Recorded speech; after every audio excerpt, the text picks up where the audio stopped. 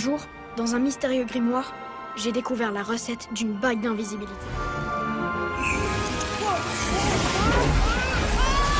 C'est comme ça qu'on a rencontré Arcandias et son assistant Papus. Vision thermique, ok.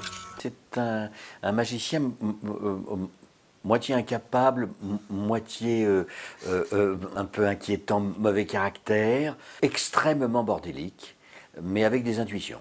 Avale ça. Et comment je redeviens visible? Ah, ça, c'est pas possible. C'est extrêmement sensible au son et à la voix. Donc votre voix change quand vous jouez. Et donc toute la difficulté, c'était d'arriver à ce qu'ils se sentent quand même en confiance avec moi, alors que je jouais le personnage qui par moments est très rugueux et gueule. Et puis ça s'est bien passé.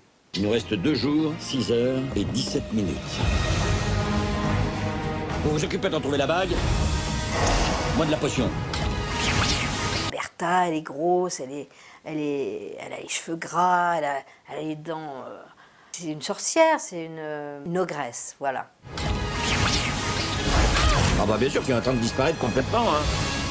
Moi, je trouve que c'est très simple avec les enfants. Il faut être en confiance avec eux, leur parler comme à des adultes et surtout jouer avec eux au premier degré. Il ne faut pas trop répéter, il ne faut pas essayer de leur expliquer ce qu'on va faire, il faut le faire.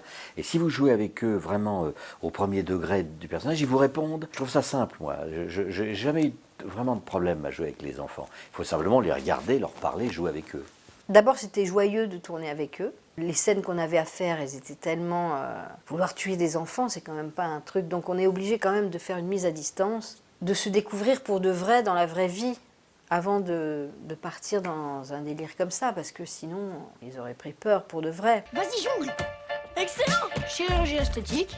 C'est trop galère, là.